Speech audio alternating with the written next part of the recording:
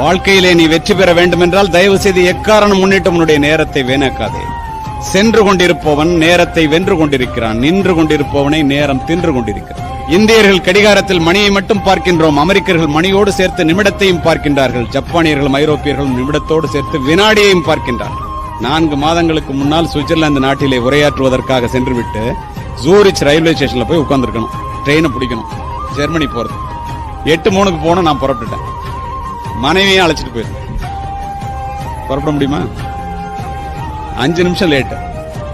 அவசர அவசரமா போறேன். போன ட்ரெயின் இல்ல, இந்தியா மாதிரி தான் அப்படின்னு நான் நினைச்சுக்கிட்டு ட்ரெயின் வரலன்ட்டு உட்கார்ந்து சிரிச்சுட்டே சொன்னாங்க, மை டியர் இந்தியன், கூனி குறுகி போய்விட்டேன்.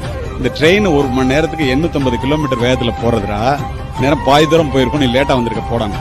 திரும்பி மனைவியை பார்த்தேன். ஒரு டிக்கெட் 57,000 ரூபாய், 2 டிக்கெட் 1,14,000 ரூபாய்.